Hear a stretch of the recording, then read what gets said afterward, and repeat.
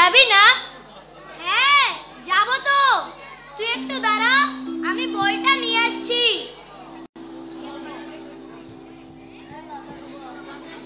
তাড়াতাড়ি চল, এমনিতেই অনেক দেরি হয়ে গেছে। ঠিক আছে চল তাহলে।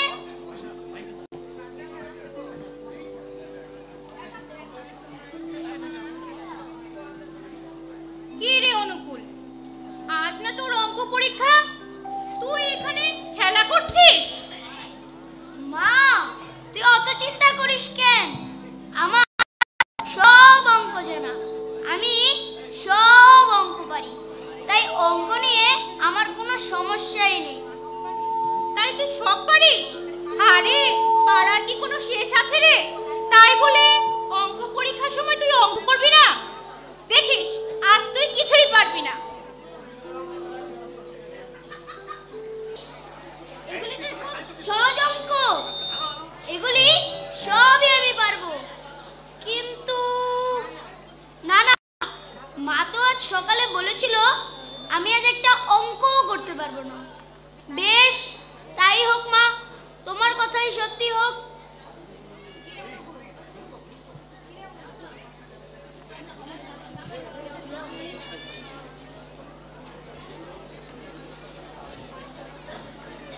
আরে কি রে অনুকূল, তুই এরকম সাক্ষী কপাল হয়ে বসে আছিস কেন? সময় তো চলে যাচ্ছে রে, অথচ তোর খাতা তো দেখছি পুরোটাই ফাঁকা, লিখছিসটা কেন? আরে কিছুই কি পারিস না তুই? তা নয় মাস্টার মশাই। তাহলে কি সমস্যা তোর? তাড়াতাড়ি লেখ, সময় তো চলে যাচ্ছে। মাস্টার মশাই, যে প্রশ্ন এসেছে সবই আমি পারি, সব অঙ্কই আমার জানা, কিন্তু তবুও কোনো অঙ্কই করতে পারবো না আমি আজ। অঙ্ক সব পারিস অথচ করতে পারবি না, এটা আবার কেমন? তাহলে কি তুই সব অঙ্ক ভুলে গেছিস? তা নয় মাস্টার মশাই, যে প্রশ্ন এসেছে সবই আমি পারি, সব অঙ্কই আমার জানা, কিন্তু আমি আজ সকালে যখন খেলছিলাম তখন মা রেগে গিয়ে বলেছিল যে তুই আজ একটা অঙ্ক করতে পারবি না। তাই আমি যদি একটা অঙ্কও করি তবে মায়ের কথা তো মিথ্যে হয়ে যাবে। আমি অঙ্কে ফেল করি তাও ভালো, কিন্তু মায়ের কথা কখনোই মিথ্যে হতে পারে না, তাই আমি কোনো অঙ্কই দিতে পারবো না আজ। আবারে তোর মতো মাতৃভক্তি যদি সবাই হতে পারে তাহলে ঘরে ঘরে সোনার ছেলে হয়ে উঠবে। ওই দেখো, অনুকূল তোমার সব বিষয় পরীক্ষা ফেলছে। হায় হায় হায়, এ তো বিষের বড়ি, একটা খেলেই তো মারা পড়বে। দাঁড়া, ওখানেই দাঁড়া, ওখানেই দাঁড়া, দাঁড়া বলছি, দাঁড়া, আমাকে ধরতে পারলে তো। দাঁড়া, দাঁড়া বলছি, দাঁড়া বলছি, দাঁড়া বলছি।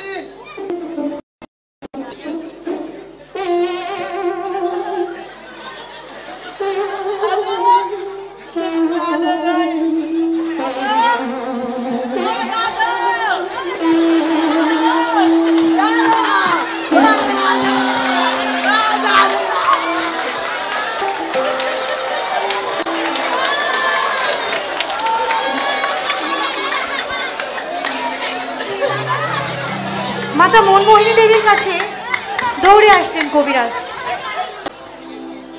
এই অনুকূল, এই হতচ্ছাড়া এখনই বেরিয়ে আয়, এখনই বেরিয়ে আয়। আরে কবিরাজ মশাই যে, বসুন বসুন। অনুকূল কোথায় গো মা? ভয়ে যে আমার হাত পা ঠান্ডা হয়ে আসছে। কি জানো, বিষের বড়ি আমি রোদ্রে শুকাতে দিয়েছি, ও টপ টপ করে সব বিষের বড়ি খেয়ে নিয়েছে। তা একটা খেলে তো বাঁচার কথা না মা, আর এতগুলি বিষের বড়ি। তুমি তুমি ডাকো মা, ওকে ডাকো। বলেন কি? তুমি ডাকো ওকে। কিন্তু অনুকূল তো ঘরে খেলা করছে। কি খেলা করছে? কই দেখি, ডাকো তো।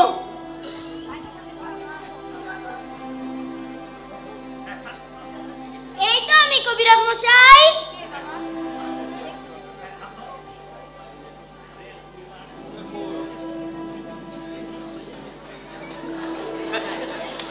তুই কে বাবা? আমার বানানো বিষের বড়ি খেয়েও তুই কিছু হলো না? তুই তো জেসে বালক নস, স্বয়ং নীলকণ্ঠ। তুই জগতের সমস্ত বিষ হরণ করে তুই অমৃত দান করতে এসেছিস। বেঁচে থাক বাবা, বেঁচে থাক, বেঁচে থাক বাবা, বেঁচে থাক, বেঁচে থাক বাবা, বেঁচে থাক। গ্রামের পাঠশালায় সবাই পরীক্ষা দিয়েছে। মাস্টার মশাইও খুশি যে তার ছাত্রীরা সবাই পরীক্ষা দিয়েছে। এবার ফলাফলের দিন এলো। মাস্টার পরীক্ষার ফলাফল দেখে রেগে হয়ে আছেন।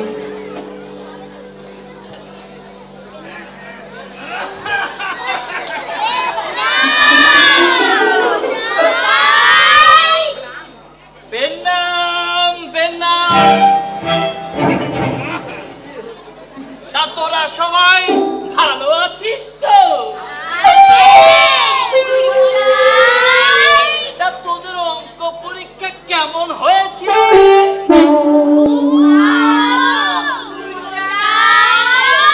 ভালো না? কেমন ভালো হয়েছে দেখাচ্ছি।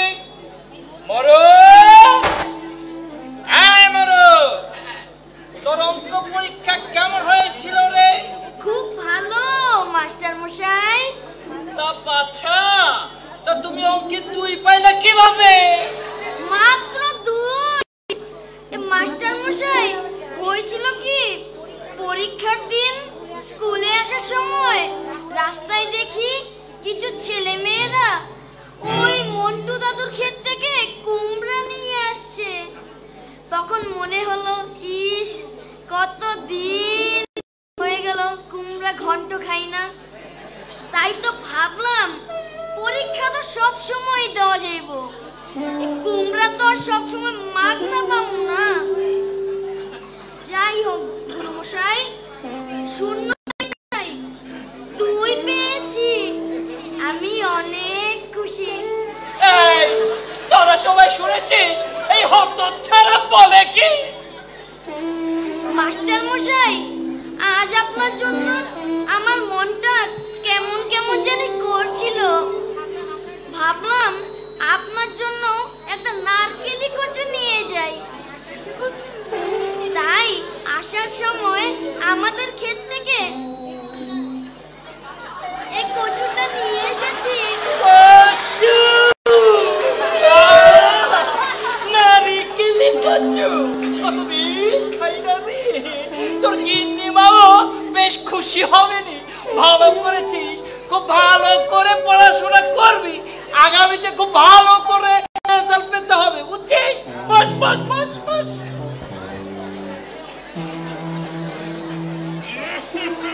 তারপর কার পালাবে? হ্যাঁ রে নন্দন,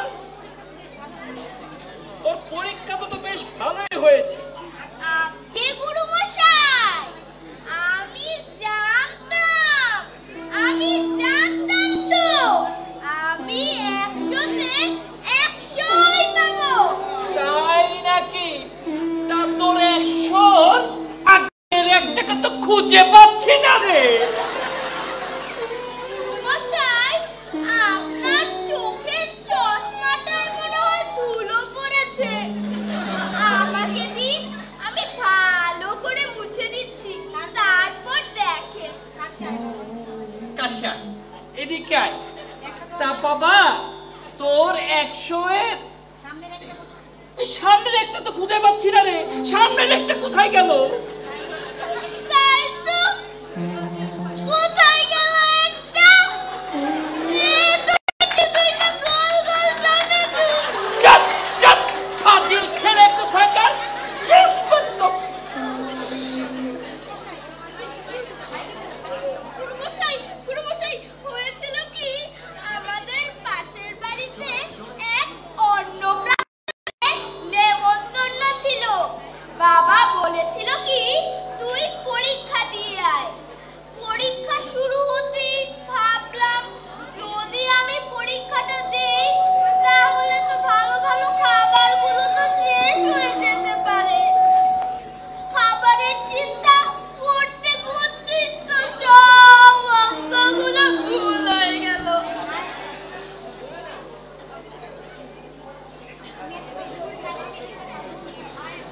আরে ভগবান, এত কষ্ট করে আমি এদেরকে কি শেখাচ্ছি বলেন তো?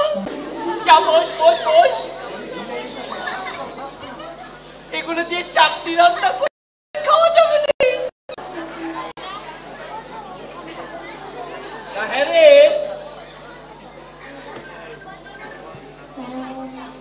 পটলা, ও পটলা, এদিকে আয়।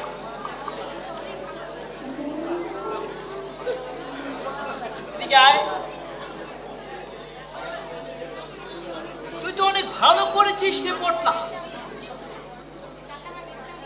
এই যে সাথে এই ব্যাগটা নিয়ে আয়, এই ব্যাগটা।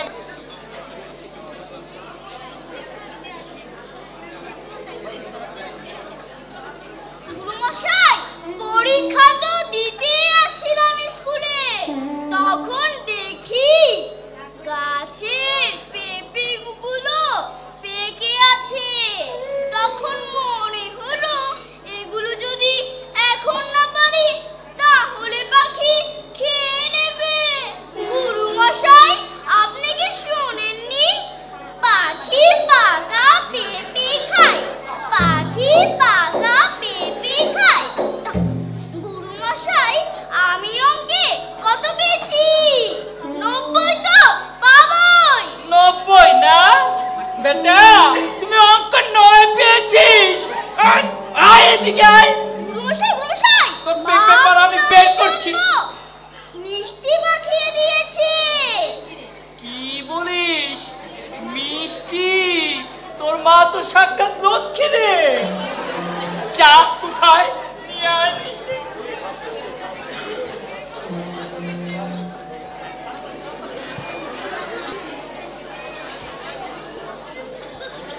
মিষ্টি, এই মিষ্টি দেখলে আবার আমার মনটা কেমন জানি হয়ে যায়।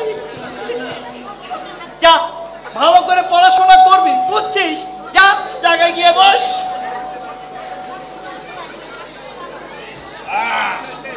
হ্যাঁ রে, কি চমৎকার, কি ছাত্র রে বাবা। সব একেবারে লিখে দিয়ে এসেছে খাতায়। কে এসে সবাই মিলে তাকে একটু দেখবি। তা হ্যাঁ রে বাবা। মন্টু, মন্টু, ওঠো। আগে গুরুমশাই, তা বাবা, তুই পরীক্ষার খাতায় কি লিখেছিস? সবই তো লিখেছি গুরুমশাই, কিছুই তো বাদ দেইনি। তা হতচ্ছাড়া, শুধু হুবহু প্রশ্ন তুলে দিলে হবে? তা উত্তরটা লিখবো কি আমি? হ্যাঁ, আরে তোরা দেখি আমাকে একটু শান্তি দিবি না রে। হ্যাঁ গুরুমশাই, কাল রাতে আপনাকে আমি স্বপ্নে দেখেছি। আপনি আমায় বলছিলেন, মন্টু, ও মন্টু, কতদিন হয়ে গেল তোর মায়ের হাতের নলেন গুড়ের পায়েস খাই না। তাই তো আজ আপনার জন্য আমি নলেন গুড়ের পায়েস নিয়ে এসেছি। বলিস কি রে, তুই আমাকে এত ভালোবাসিস? ওই নিয়ে আয়।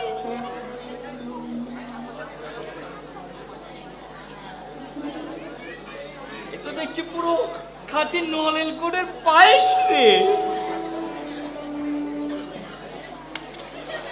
আহা, কতদিন পরে নলেন গুড়ের পায়েস খেলো।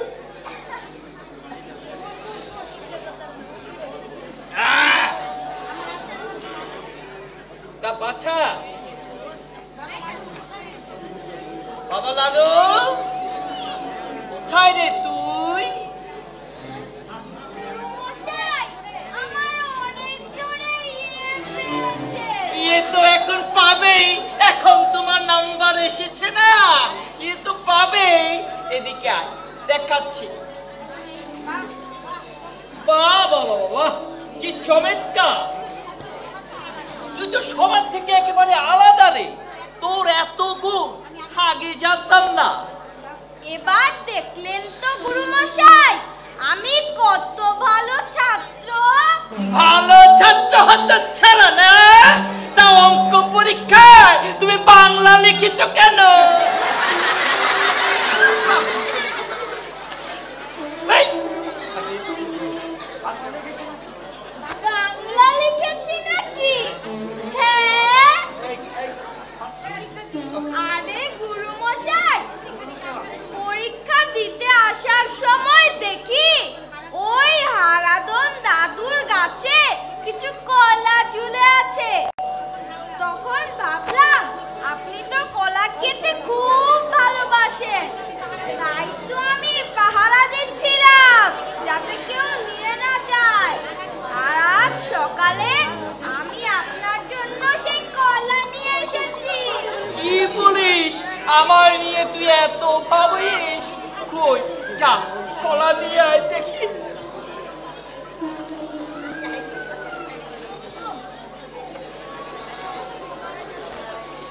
এই নিন গুরুমশাই। বাহ বাবা, ভালোই হলো।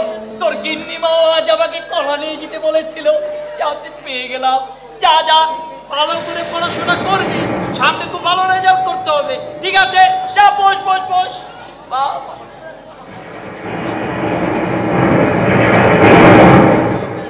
এ কি রে অবস্থা? আকাশে তো প্রচন্ড মেঘ জমেছে রে, প্রচন্ড ঝড় বৃষ্টি হবে। কি বিপদের মধ্যে পড়লাম।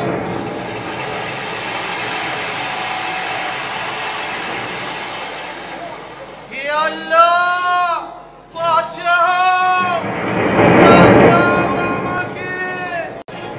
আমি মরুভূমিতে কিছুই দেখতে পাচ্ছি না। হে আল্লাহ, বাঁচাও, বাঁচাও। মাস্টার মশাই, আপনি কি কোনো চিৎকার শুনতে পাচ্ছেন? কই না তো। আরে কি বলিস তুই? আকাশে শুধু বাজ পড়ছে, সেই শব্দই শুনতে পাচ্ছি, আর কোনো শব্দ তো শুনতে পাচ্ছি না। এই, তোরা কি কোনো অন্য কোনো শব্দ শুনতে পাচ্ছিস? তুই কি শুনেছিস?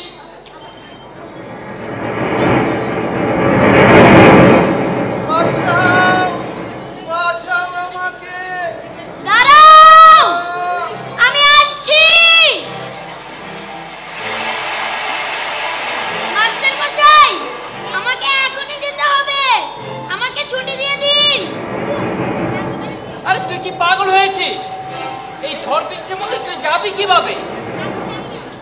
তা তো জানি না, তবে আমাকে এখনই যেতে হবে। না না না, এই ঝড় বৃষ্টির ভিতরে তোকে একা যেতে দেবো না আমি।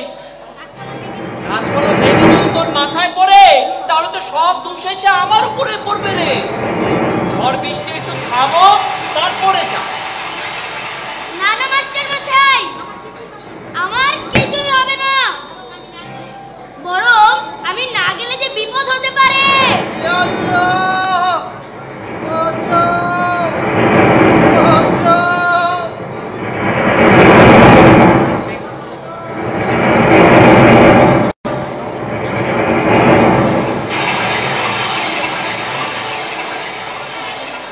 আরে তোর কথার আগামাতা তো আমি কিছুই বুঝতে পারছি না রে। এই ঝড় ঝড়ে তুই কিভাবে যাবি বলতো? আমি স্লেট মাথা দিয়ে দিব্যি চলে যেতে পারবো, আমাকে আর আটকাবেন না মাস্টার মশাই। তাহলে আর কি করার? যা তাহলে। শোন, খুব সাবধানে যাস কিন্তু, ঠিক আছে? খুব সাবধানে যাস। অনুকূল মাস্টার মশাইয়ের কাছ থেকে বিদায় নিয়ে মাথায় স্লেট দিয়ে খুব দ্রুত বেগে হাঁটতে লাগল। প্রচণ্ড মেঘের গর্জন, বৃষ্টি, বাতাসের তীব্রতা সব মিলিয়ে এক ভীতিকর পরিস্থিতি। কিছু দূর যাওয়ার পর আবার সেই আর্তনাদ।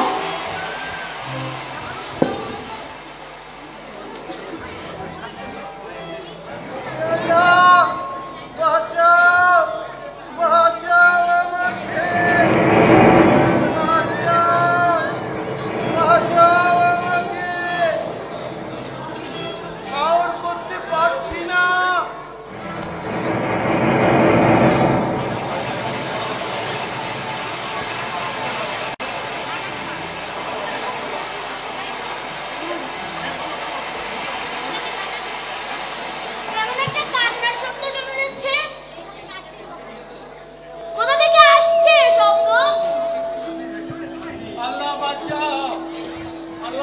বাঁচাও, আল্লাহ বাঁচাও।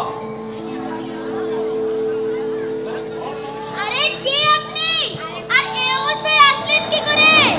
আপনার হাতটা দিন, আমি টেনে ধরছি। কে বাবা তুমি? তুমি কি আমার আল্লাহ? না না, আমি আল্লাহ নই, আমি অনুকূল। তুমি বাবা যেই হও, তুমি আমার কাছে আল্লাহ, কারণ আমি তো তাকেই ডেকেছি। আমি তেমন কেউ নই বাবা, যে যখন যেভাবে আমাকে ডাকে আমাকে যেতেই হয়, না গিয়ে যে উপায় নেই। তাই তো আজ তুমি আমার ডাক শুনে নিশ্চিত মৃত্যুর মুখ থেকে বাঁচালে বাবা। ভরসা রাখুন আমার উপর, আপনার কিছু হবে না। আমার হাত শক্ত করে ধরুন, আমি সব দেখে দিচ্ছি। কি রে অনুকূল, তুই এখন এখানে বসে আছিস আর আমরা এসেছিলাম মাকে দর্শন করতে। দর্শন করে আমাদের সবার প্রসাদ নেওয়া হয়ে গেল, কিন্তু প্রসাদ নিতেই গেলি না, মায়ের কাছেই বসে রইলি। তোর কি খিদে পায়নি? খুব খিদে পেয়েছে রে, কি করে প্রসাদ পাবো? কিন্তু প্রসাদ যে নেই, কি করবি বল? আমি বরং তাহলে একটু মায়ের কাছেই বসি, তোরা বরং ঘুরে আয়। আচ্ছা তাহলে তুই বস, আমরা না হয় ঘুরে আসি। ঠিক আছে।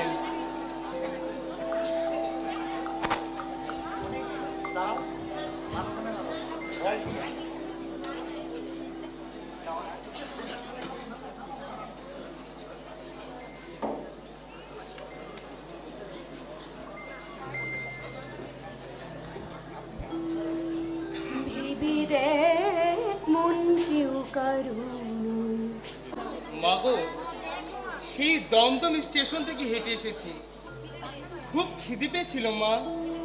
ভেবেছিলাম তোর ওই শ্রীমুখ দর্শন করে একটুকু প্রসাদ নেব, যেহেতু তুই নিজে আমাকে প্রসাদ দিলি না, থাক আমি আর প্রসাদ চাই না। তাহলে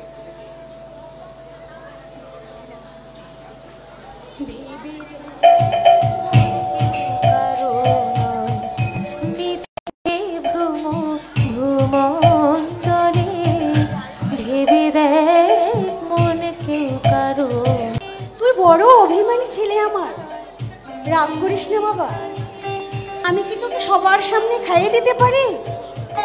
তাই তো আমি এখন তোর জন্য সন্দেশ নিয়ে এসেছি। মা, আমার খিদে লেগেছিল বলে তুই নিজে এসে আমাকে খাইয়ে দিয়ে গেলি। ধন্য তুই মা, ধন্য তুই, ধন্য তুই মা।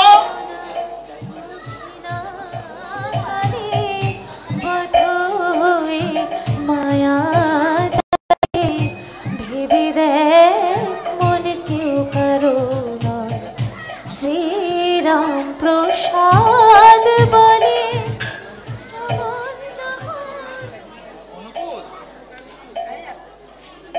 তুই এখন এখানে বসে আছিস আর আমরা তোকে খুঁজে খুঁজে আসছি। কি রে, প্রসাদ তো পেলি না? এক কাজ কর, চল বাইরে থেকে কিছু খেয়ে নে। না রে, দেখ দেখ আমার পেট তো বেশ ভরা। পেট ভরা মানে? তোর মুখে এগুলো কি লেগে আছে?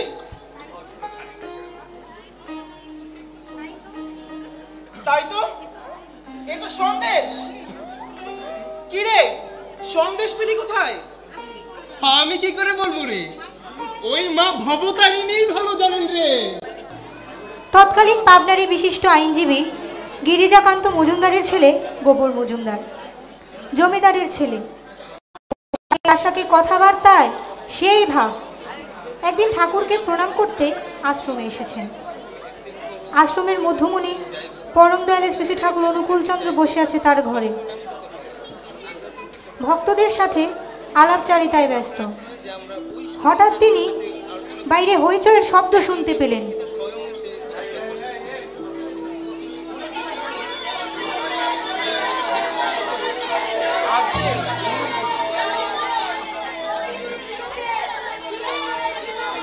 সবেই না মাত্র গেলি, এত হাঙ্গামা করছিস কেন রে? ঠাকুর, আপনার এখানে আর আসাই যাবে না। কেন রে, আবার কি হলো? এইমাত্র আপনাকে প্রণাম জানিয়ে বন্ধু সত্যেনের সাথে কথা বলছিলাম, ফিরে দেখি জুতো জোড়া নেই। বাড়ি যাব, ওমা জুতো জোড়া চলে গেল, ইয়ার কি নাকি? না ঠাকুর, এসব করলে আর আপনার এখানে আসা যাবে না। আচ্ছা, ব্যাপারটা কি হলো আমাকে একটু বুঝে নিতে দে। ঠাকুর বলুন তো কেমন লাগে? এক জায়গায় রওনা দিয়ে যদি এমন বিপত্তিতে পড়তে হয় তাহলে মেজাজ কি ঠিক থাকে? তা আপনার এই সৎসঙ্গে সব চুরচার চরের মেল জুটেছে। শুনুন ঠাকুর, আপনাকে বলে রাখি, যদি এই চোর একবার আমার নজরে আসে, যদি আমি গুণাক্ষর বুঝতে পারি, তাহলে ওকে আমি মাটির নিচে পুঁতে ফেলবো।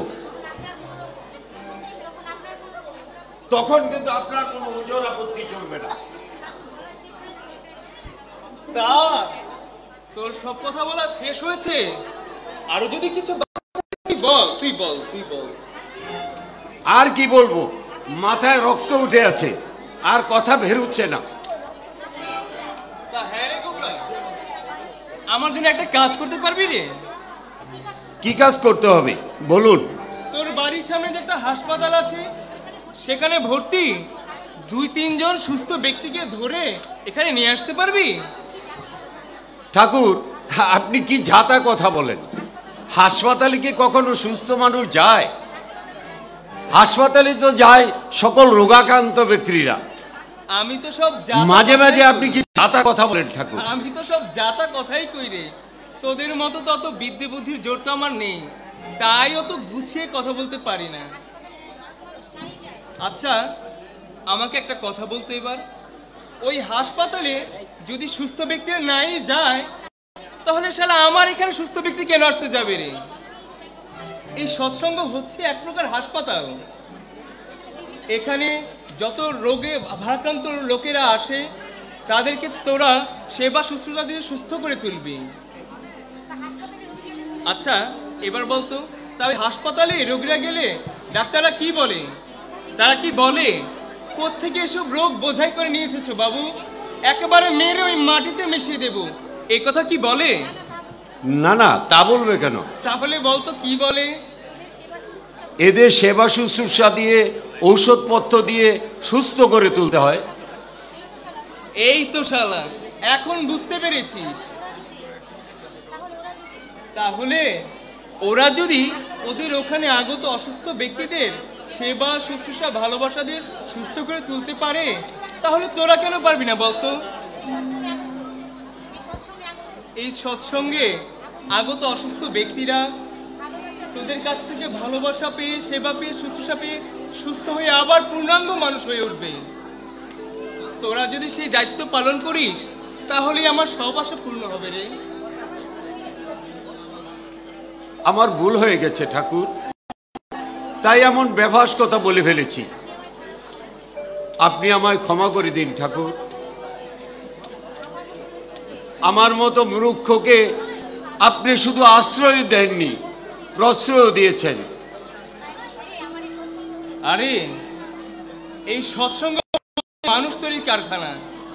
এখানে বিভিন্ন ভারে আক্রান্ত লোকজন এসে সেবা শুশ্রূষা পেয়ে পূর্ণাঙ্গ মানুষ হয়ে উঠবে। তোরা যদি সেই দায়িত্ব নিস, তাহলেই আমার সব আশা পূর্ণ হবে।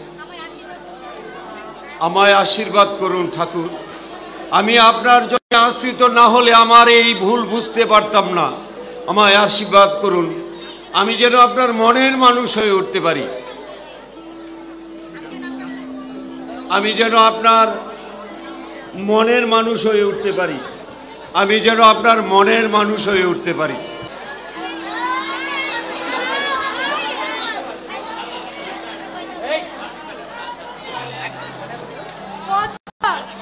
কাল রাতে মদনের দাদুর সাথে যা খেলুম না,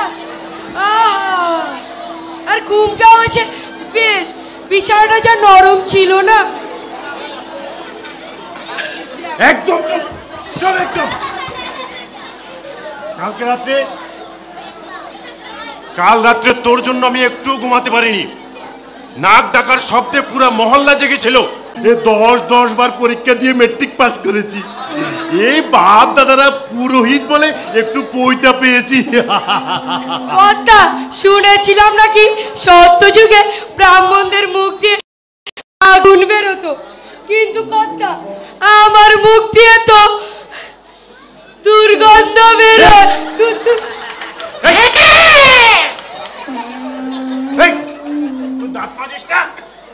কথা মাঝি তো কয়লা দিয়ে দেখতে পাচ্ছে না আঙুলের কি অবস্থা। তুই কোন জামানায় আছিস? আমাদের মুখে আগুন বেরো না ঠিক, কিন্তু চোখের আগুন এবং ভণ্ডামিতে এই ভক্তরা সবাই আমাদের কাছে কাঁধ হয়ে পড়ে। তাই তো কথা আমরা সেরা। আমিও কথা আপনার মতো ভণ্ড হতে চাই, না না বড় হতে চাই। তাই বল। কিন্তু কথা ওই অনুকূলের জন্য তার ধর্মকর্ম কিছুই করা যাবে না দেখছি। হ্যাঁ ঠিক বলেছিস, ও নাকি বলে বেড়ায় মানুষ আপন টাকা পর, যত পারিস মানুষ ধর। ছি ছি ছি ছি ছি, কোনো জাত নেই পাত নেই, হিন্দু নেই মুসলমান নেই, চাড়াল নেই চন্ডাল নেই। ছি ছি ছি ছি ছি। কর্তা ধর্মটাকে কোথায় এনে নামিয়েছে দেখেছেন কর্তা?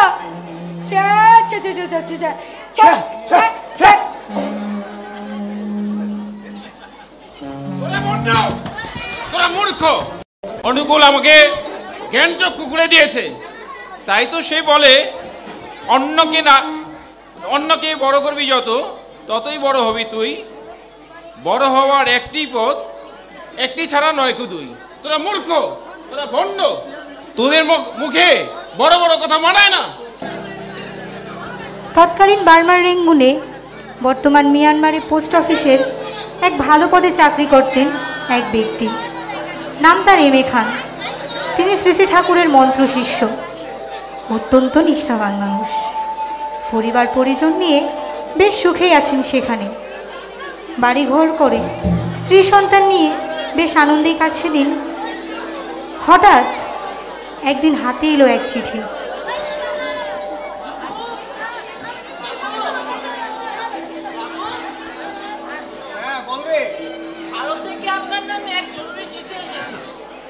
বলিস কি, ভারত থেকে চিঠি এসেছে?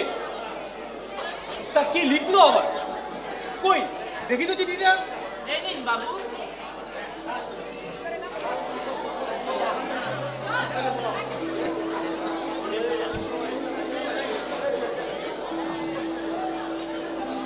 আরে কি, এ তো ঠাকুর চিঠি লিখেছেন আমাদের। ওগো শুনছো, দেখে যাও। জয়গুরু জানবেন খান্দা, আশা করি সপরিবারে ভালোই আছেন। শ্রী ঠাকুর আপনাকে পরিবার সহ অতি দ্রুত বার্মা থেকে চলে আসতে বলেছেন। আশা করি ঠাকুরের নির্দেশ মান্য করে অতি দ্রুতই চলে আসবেন। জয়গুরু। আরে একই কথা, হুট করে এরকম কি হয় কখনো? একেবারে সব কিছু ছেড়ে ওই ভারতে চলে যেতে হবে?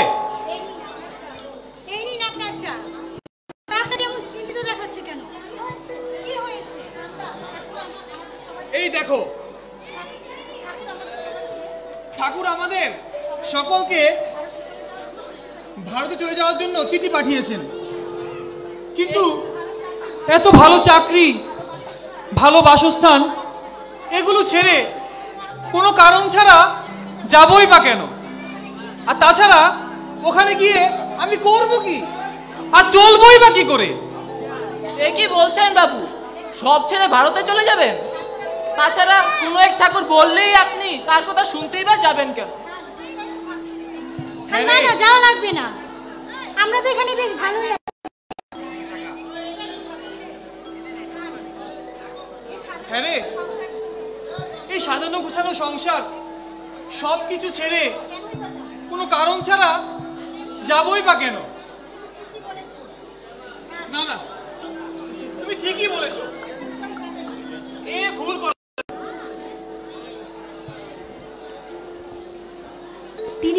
তিনি ঠাকুরের আদেশ অমান্য করে বার্মাতেই রয়ে গেলেন। বেশ কিছুদিন ভালোই কাটছিল।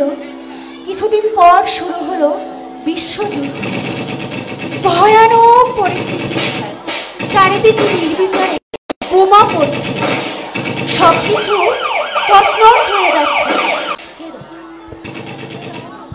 হে দয়াল, বোমার আঘাত থেকে না হয় রক্ষা পেলাম,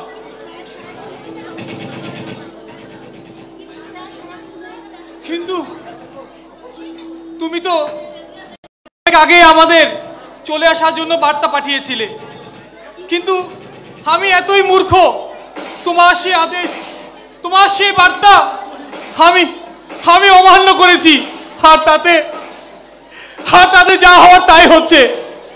আজ আমরা সবাই মৃত্যুর মুখে আছি। হে দয়াল, আমাদের রক্ষা করো, আমাদের রক্ষা করো প্রভু, আমাদের রক্ষা করো। শুনছেন, আরে আমি যে হাঁটতে পারছি না, তৃষ্ণায় তো প্রাণ যায় যায় অবস্থা। খাবার না হোক, একটু জলের তো ব্যবস্থা করুন, আর মেয়েটাও তো কষ্ট পাচ্ছে। বাবা, আমার গলা শুকিয়ে গেছে,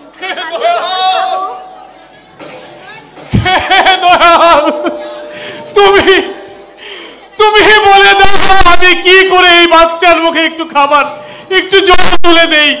হে দয়াল, তুমি বলে দাও।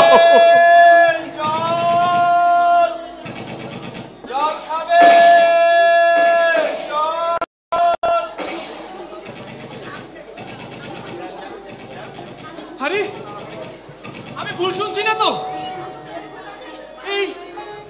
এই ধুধু মরুভূমিতে জল? ও ভাই, ও ভাই এদিকে এসো ভাই, ভাই আমাদের একটু জল খাও ভাই, আমাদের একটু জল খাও, আমাদের একটু জল খাও।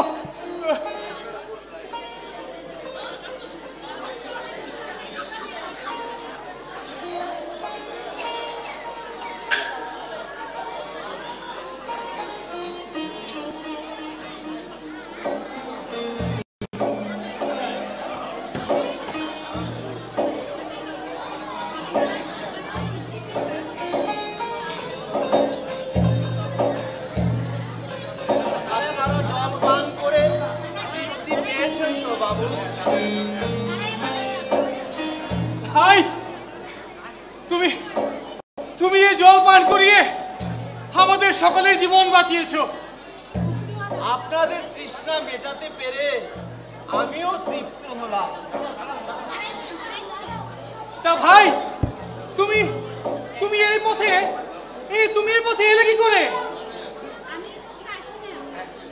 আমি এ পথে আসি না, আজ যেন কোনো এক অজানা ডাক আমাকে এ পথে নিয়ে এলো।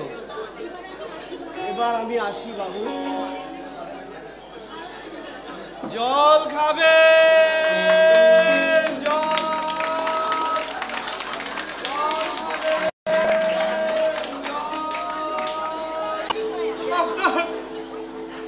আপনার অনেক দয়া ঠাকুর, তাই এই জন্মে এই প্রাণটা নিয়ে বেঁচে ফিরতে পেরেছি।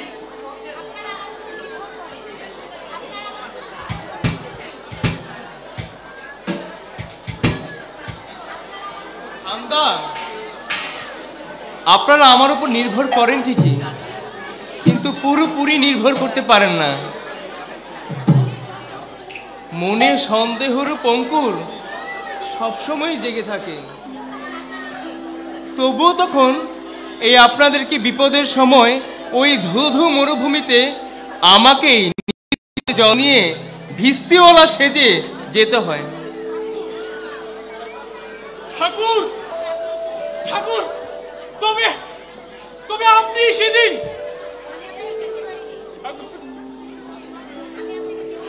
ঠাকুর, আমি আপনাকে চিনতে পারিনি ঠাকুর, আমি আপনাকে চিনতে পারিনি। আপনার অসীম দয়া, আপনার অসীম দয়া। উঠুন খান্দা, তাই তো বারে বারে বলি, করো নির্ভর, হও নির্ভয়। অন্তরে স্থির বিশ্বাস থাকা চাই, যাই বলে দেবেন তাই করতে হবে, বিনা আপত্তিতে বিনা ওজরে, বরং পরমানন্দে।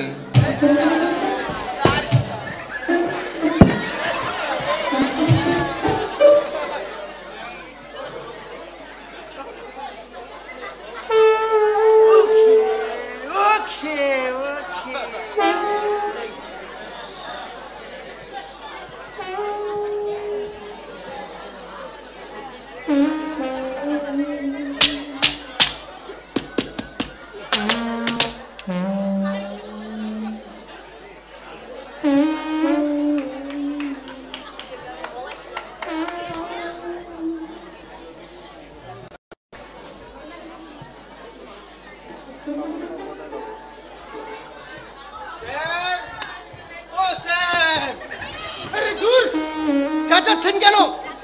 কি হয়েছে তা বলুন আমায়। আরে স্যার তো চুল করছে, বলুন। ওই মদনের গরু আমার খেতে সব ফসল নষ্ট করে দিয়েছে। যতক্ষণ না এর বিচার হচ্ছে আমি মদনের গরুকে ছাড়ছি না। এই ব্যাপার, তা আগে বলবেন তো। আরে এ তো কোনো সমস্যাই না, এর থেকে কত বড় বড় সমস্যা এই আমি সমাধান করি, শুধু প্রণামীটা লাগে আর কি। হবে হবে হবে। কর্তার কথা আর কি বলবো, ওই বেটা চুলকে গায়ের ছাল ছাড়িয়ে দিল। আরে বেটার চাকরি তো হলো চুল ছাড়িয়ে। আরে গেলেন কই স্যার? স্যার আরে গেলেন কই স্যার? এসেছে এসেছে। আরে খতর ছাড়া, তা কানের সামনে এসে গরুর ঢেকুর তোলার মতো চেঁচাচ্ছিস কেন? কি হয়েছে তা বল। আর বলবেন না স্যার, ওই কেটুর বাড়ির ছাগল এসে আমার বাড়ির কাঁঠাল গাছে কাঁঠাল পাতা খেয়ে নিয়েছে। কঞ্চি দিয়ে পিটিয়েও বেটাকে সিধা করা গেল না। বেটা বেইয়া বিড়ালের মতো এসে আমার গাছে কাঁঠাল পাতা খেয়ে যায়। তাই বুঝি? আরে খেয়েছে তো কাঁঠাল পাতায়, কাঁঠালে তো আর খায়নি। এখন পয়সা টয়সা ছাড় আর কাট, খালি আমার মাথা খেয়ে যাচ্ছিস।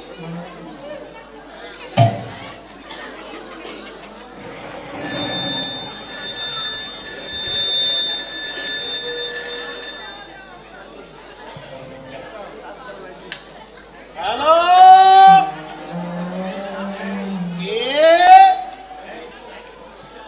মেম্বার সাহেব, কি আপনার ছেলে রাতে বাড়ি ফিরেনি? এ আর নতুন কি? আপনার ছেলে তো আপনার মতোই হবে, সে কি আর আমার মতো হবে? আপনি কত রাত সেই মনে নেই, মদ খেয়ে বাইরে পড়ে থাকতাম আপনি আর আমি, আর সেই একদম মনে নেই?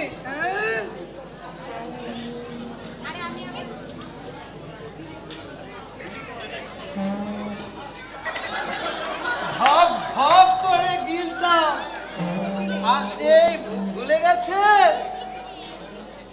পিলে পিলে আমার রাজা, পিলে পিলে আমার রানী, পিলে পিলে আমার রাজা, পিলে পিলে আমার রানী, পিলে পিলে।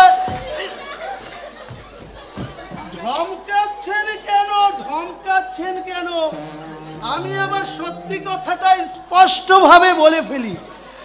এর উপর তো আপনি আমার বন্ধু মানুষ, যাক চিন্তা করবেন না, আমি এক্ষুনি বেরোচ্ছি। আপনার ছেলেকে গাড়ি দিয়ে বেঁধে দড়ি দিয়ে টেনে নিয়ে আসবো, ঠিক আছে? ও ভুল বললাম বুঝি, আপনার ছেলেকে দড়ি দিয়ে বেঁধে গাড়িতে বসিয়ে নিয়ে আসবো, ঠিক আছে? রাখছি তাহলে।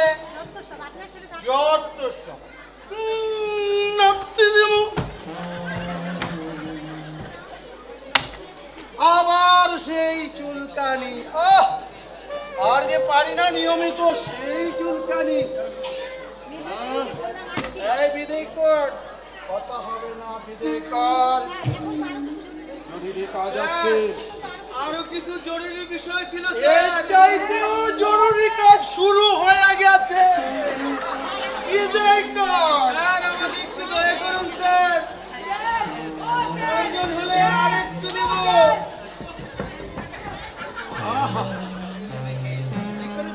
এখানে দাঁড়া, এখানে দাঁড়া। ও এই চুলকানি রে বাবা,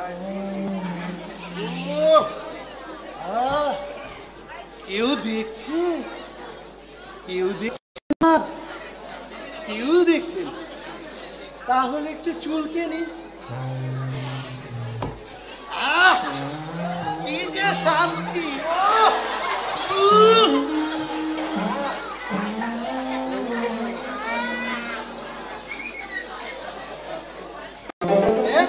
কোথায় রে?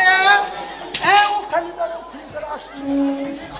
তুলছি দিয়ে এখান ভিতরে যাসনি, হাত জ্বলবে, হাত জ্বলবে। পাগলা চুলকে দে। জানি না কিসে অবস্থান থেকে পরিত্রাণ পাবো। কত ডাক্তার বৈদ্য কবিরাজই না দেখালাম, কিন্তু কিছুতেই এ থেকে রক্ষা পাচ্ছি না। আবার সেই ফুল।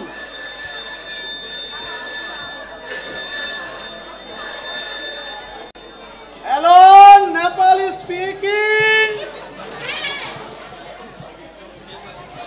মদনের সাথে মদনের বড় ঝগড়া হয়েছে। তা তুমি কে হে চাদু? এত রাতে থানায় ফোন করেছ?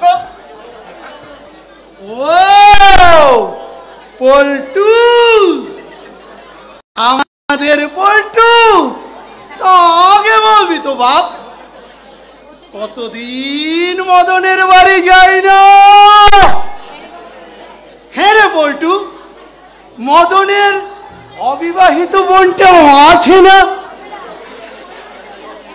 আছে বুঝি? এখনো বিয়ে হয়নি? আহা কি মিষ্টি, কি মিষ্টি। এর নামটা তো ভুলে গেছি রে। ও কমলা।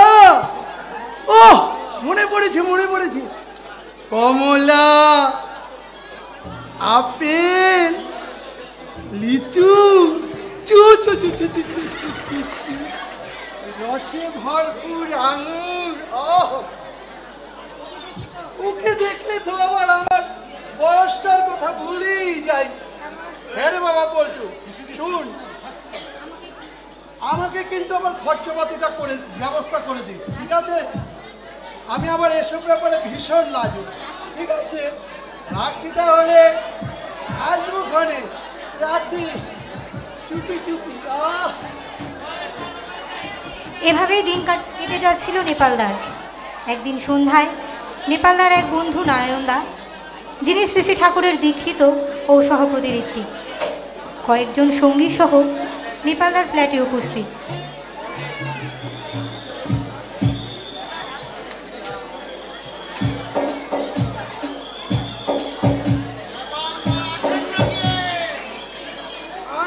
সৌভাগ্য আমার। আসুন আসুন আসুন, কি সৌভাগ্য আমার। বসুন। আপনারা হঠাৎ কি মনে করি আমাদের এখানে? যাচ্ছিলাম ঠাকুরের কাছে, কেমন করে যেন চলে আসলাম আপনার কাছে। কেমন আছেন আপনি? চলে যাচ্ছে দিনকাল, এ আর কি। তা আপনারা কেমন আছেন? আছি ঠাকুরের দয়ায়, বেশ ভালো আছি।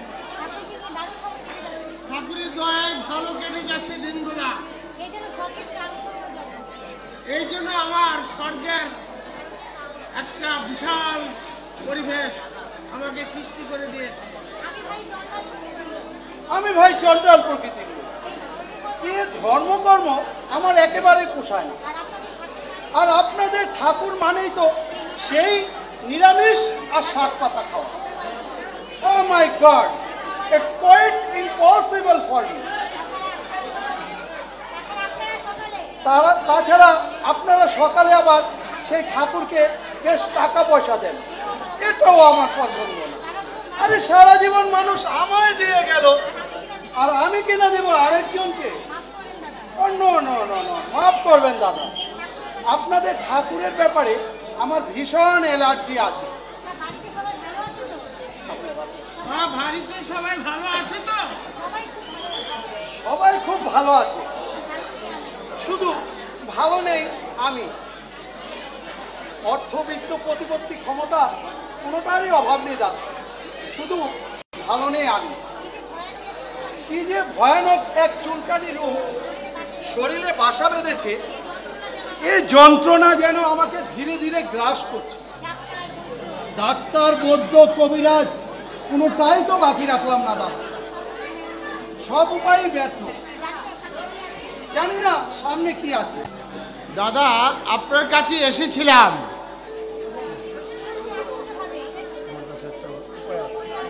আমার কাছে একটা উপায় আছে। আপনি আপনার এই চুলকানি যদি সারাতে চান, রোগ শোক ব্যাধি জরা যদি সারাতে চান, আপনি ঠাকুরকে ভালোবাসুন। ঠাকুরকে ভালোবাসলে আমি আপনাকে বলতে পারি গ্যারান্টি দিয়ে আপনি সুস্থ হয়ে যাবেন। আপনার কথা যদি সত্যি হয় দাদা, তাহলে আমি দীক্ষা নিতে রাজি। কিন্তু আমার একটা শর্ত আছে। দীক্ষা নেওয়ার 7 দিনের মধ্যে যদি আমার এই ভয়ানক চুলকানি রোগ সারে, তবেই আমি আপনার কথা মতো সব করব, নচেত সব গঙ্গার জলে ভাসিয়ে দেব। জয় পরম পিতার জয়। জয় পরম পিতার জয়।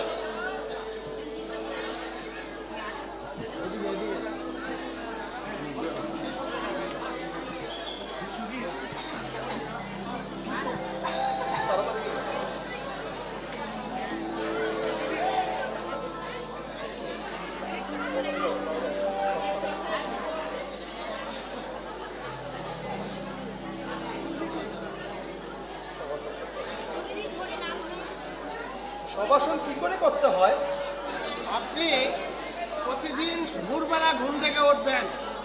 প্রতিদিন ঘুম থেকে উঠে হাত মুখ ধুয়ে ধোয়া কাপড় পরে নাম ধ্যান করবেন। নাম ধ্যান করার পর ইষ্টবিধি করবেন, আর 7 দিন নিরামিষ খাবেন। আপনি আমার কাছে 7 দিনের সময় চেয়েছেন, আমি আপনার কাছ থেকে মাত্র 3 দিনের সময় চেয়ে নিলাম। আমি যা যা বললাম এগুলি আমার ঠাকুরের কথা, আর আপনি ওইগুলো যদি ঠিক আমার কথা মতো পালন করে যান, তাহলে আপনি সুস্থ হয়ে যাবেন। আর প্রতিদিন 2 থেকে 3 বার সবাসন করবেন। সবাসন কি করে করতে হয়?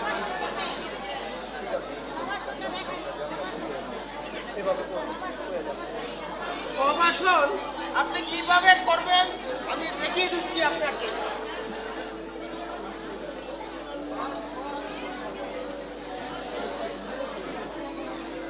ঠিক এভাবে আপনি সবাসনটা করবেন। ঠাকুরের অপার করুণায় আমি এখন সুস্থ। জয় শ্রী শ্রী ঠাকুরের জয়। জয় শ্রী শ্রী ঠাকুর অনুকূল চন্দ্রের জয়। জয় শ্রী শ্রী ঠাকুরের জয়। হে প্রভু, আমি কেন তোমায় আগে ধরতে পারলাম না? হে ঠাকুর, কেন তোমায় আগে ধরতে পারলাম না? কেন? ও, সব ভদ্রলোকেরা এখানেই দেখছি। যাক, ভালোই হলো। আজ তো আমি কাউকে ছাড়বো না, কাউকে না। আরে কে আপনি? নেশা করে এসেছেন নাকি? আপনি কাকে খুঁজছেন? এখানে অনুকূল ঠাকুর কে আছে? ঠাকুর তো আছেন, তা আপনি তার কাছে কেন এসেছেন? চুপ, একদম চুপ। কোথায় আছেন তোদের ঠাকুর? আচ্ছা আচ্ছা, এই তো আমি অনুকূল। তা কি চাই তোমার?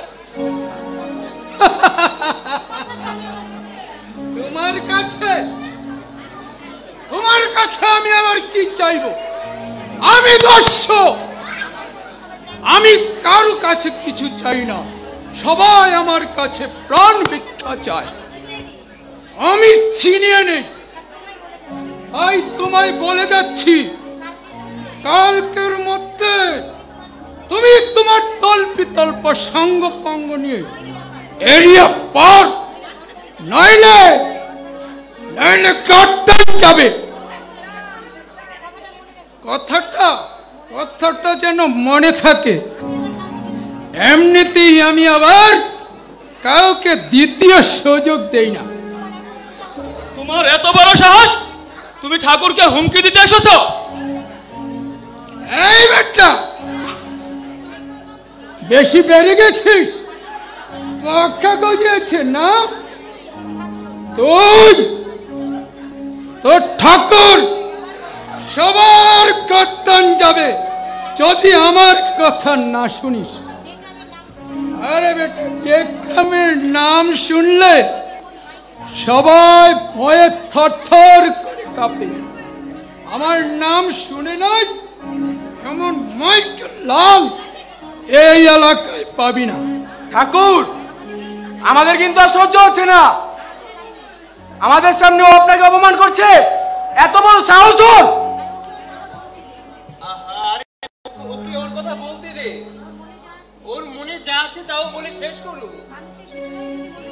মানুষের ভেতরে যদি মধু না থাকে তাহলে মুখ দিয়ে কি করে বের হবে রে?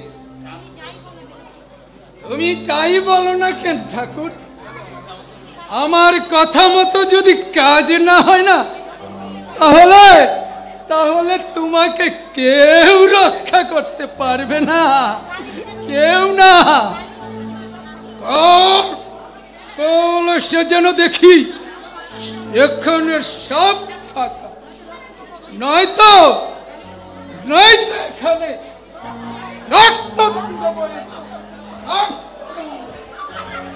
আচ্ছা, তা তোদের মধ্যে কেউ একজন একটা কাজ করতে পারবি?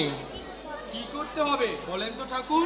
খুব জলদি বাজার থেকে ওই ডেকরামের বাড়িতে কিছু চাল ডাল মশলা তেল কিনে খুব দ্রুত ওর বাড়িতে পৌঁছে দিতে পারবি? কি বলছেন ঠাকুর? যে বদমাশটা আপনাকে হুমকি দিয়ে গেল আপনি তার বাড়িতে বাজার করে দিয়ে আসতে বলছেন? শোন শোন, মানুষ রাগের মাথায় যা বলে তা সবসময় তার ভিতরের কথা হয় না রে। আর কে কোন অবস্থায় পড়ে কি বলে তা কি কেউ বলতে পারে? ভিতরে অশান্তি থাকলে পরে তা মুখ দিয়ে বেরিয়েই যায়। আচ্ছা যাই হোক, আমি যা কই দ্রুত তা কর। তোদের মধ্যে কেউ গিয়ে ওই ডেকরামের বাড়িতে তাড়াতাড়ি কিছু বাজার সদাই করে দিয়ে আয়। যা যা, তাড়াতাড়ি যা। আপনাকে বোঝা বেশ অসম্ভব ঠাকুর। আমার অনেক ক্ষুধা লেগেছে, আমাকে কিছু খেতে দাও। সকাল থেকে কিচ্ছু খাইনি।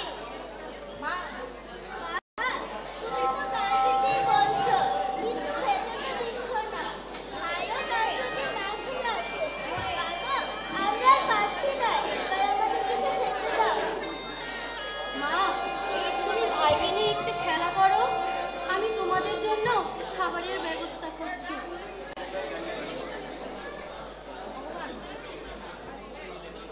ভগবান, আজ আমাদের ঘরে একটু চালও নেই। ছেলে মেয়েগুলো ঝুড়ি কাচ্ছে একটু খাবারের জন্য। জানি না কোন পাপের শাস্তি তুমি আমাদের দিচ্ছ। কেউ আছেন বাড়িতে? কেউ আছেন বাড়িতে? আপনাকে তো চিনতে পারলাম না, কে আপনি? আমরা সৎসঙ্গ আশ্রম থেকে এসেছি। ঠাকুর অনুকূল চন্দ্র আমাদের পাঠিয়েছেন। এখানে কিছু খাবার আছে, এগুলো আপনাদের দেওয়ার জন্য। ঠাকুর অনুকূল চন্দ্র? উনি কি করে জানলেন এগুলো আমাদের প্রয়োজন? আজ দুদিন হলো আমরা না খেয়ে আছি। বাচ্চারা অঝরে কাচ্ছে একটু খাবারের জন্য। আজ আমি আকুল হয়ে ভগবানের কাছে বলছিলাম যাতে একটু খাবারের ব্যবস্থা করে ওদের মুখে তুলে দিতে পারি। ভগবান ঠিকই আমার ডাক শুনে খাবার পাঠিয়ে দিয়েছেন। আপনাদের ঠাকুর সত্যিই অন্তর্যামী। ঠাকুর, এখন আমি বুঝতে পেরেছি আপনি কেন আমাদের দিয়ে খাবার এখানে পাঠিয়েছেন। সত্যি ঠাকুর, আপনার মহিমা বোঝা বড়ই কঠিন। জয় জয় শ্রী শ্রী ঠাকুর অনুকূল চন্দ্রের জয়।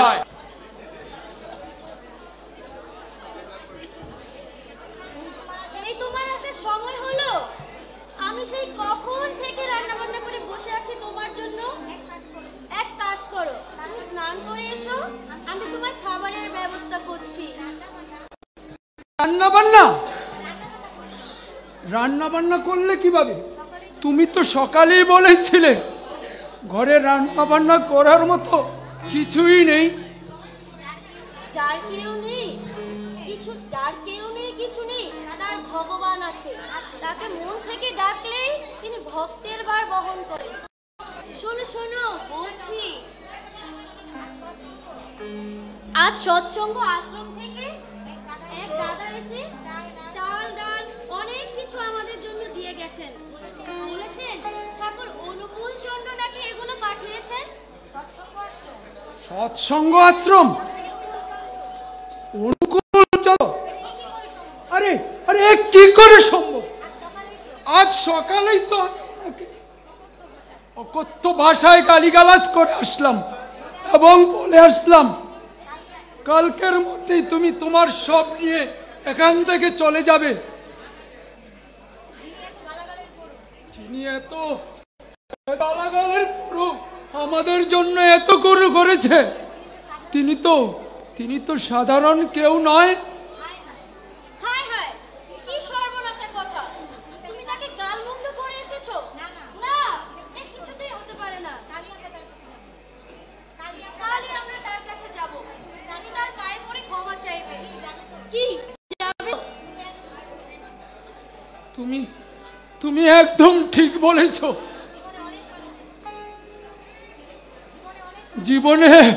জীবনে অনেক পাপ করেছি, জীবনে আমি অনেক মানুষ দেখেছি, কিন্তু তার মতো এত ভালো মানুষ আমি আর দেখতে পারিনি। এত কিছুর পরও তিনি আমাদের জন্য যা করলেন, তিনি তো সাধারণ মানুষ নয়। ঠাকুরজি, আমায় ক্ষমা করেন, আমি চরম পাপী। কাল না বুঝে আপনাকে কত ভাষায় বোকাঝোকা করে গিয়েছি। ঠাকুর, দয়া করে আপনার চরণ তলে ঠাঁই দিন। ঠাকুরজি, উনি না বুঝে আপনাকে অপমান করেছেন, আপনি দয়া করে ওনাকে ক্ষমা করে দিন, আমাদের আপনার চরণে স্থান দিন। ঠাকুর তখন ডেকরাম ও তার স্ত্রীর দীক্ষার ব্যবস্থা করে দিলেন এবং চলার পথের অনেক নির্দেশনা দিয়ে দিলেন।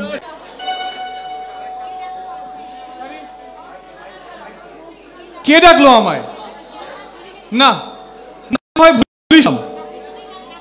তাছাড়া পিছনের ডাক না শোনাই ভালো, আমি বরং যাই। হরেন, যাস নে।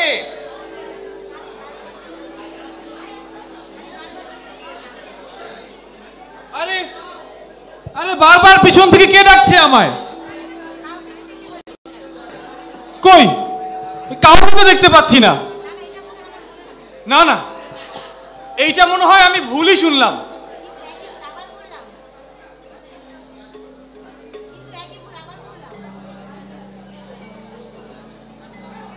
কিন্তু এই একই ভুল আমি আবার করলাম। এবার বরং আমি ঠাকুরের নাম করেই যাই। তৃতীয়বার দৃঢ় সংকল্প করে হ্যান্ডেল ধরে প্ল্যাটফর্ম ছেড়ে ট্রেনে উঠেই পড়েছেন। হরেন, হরেন, হরেন, যাসতে যাসতে। কে? এই কে আমাকে বারবার ডাকছে? কিন্তু মনে হচ্ছে কত পরিচিত কণ্ঠস্বর। না, আমার মনটা যেন এই কেমন কেমন করছে। আজ আর যাব না, আমি বরং ওই আশ্রমেই ফিরে যাই। তৃতীয়বার বাধাপ্রাপ্ত হয়ে হরেন ভদ্র যাওয়ার সিদ্ধান্ত ত্যাগ করে আশ্রমেই ফিরে গেলেন। জয় গুরু দাদা, জয় গুরু। আছি ভালো, আপনি ভালো আছেন তো? না দাদা, এখনো খবর কাগজটা পড়া হয়নি।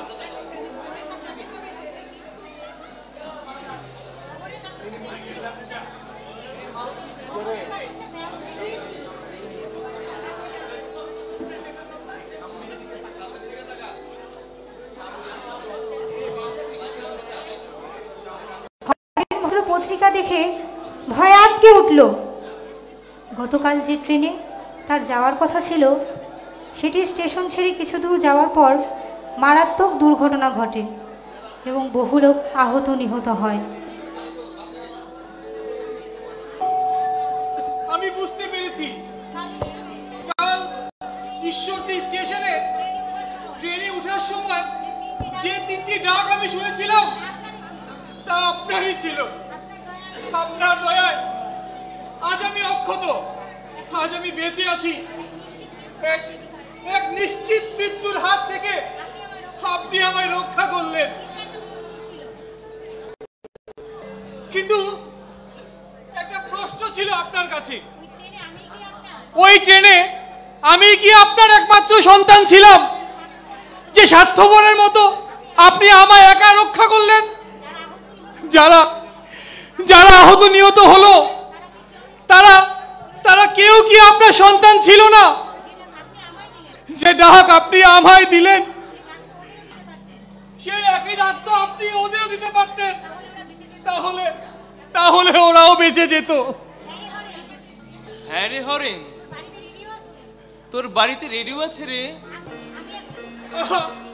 আমি এখন বুঝতে পারছি, যারা যারা সদ্গুরু সৎভাবের সাথে যুক্ত থাকে তারা তারা এমন হাজার মৃত্যু থেকে নিজেকে রক্ষা করতে পারে। আরে আমাকে হ্যান্ডেল দিলে পরে আমি তার কোষ্ঠী ওলটপালট করে দিতে পারি, আর যদি আমাকে কেউ হ্যান্ডেল না দেয় আমি তো তার কি করতে পারি না রে। নির্বিচারে আমার কথা যে শোনে সে মূর্খ হলেও মহাজ্ঞানী, আর নিজ খেয়ালে যে চলে সে মহাজ্ঞানী হলেও আসলে সে পাগল ও বেকুব।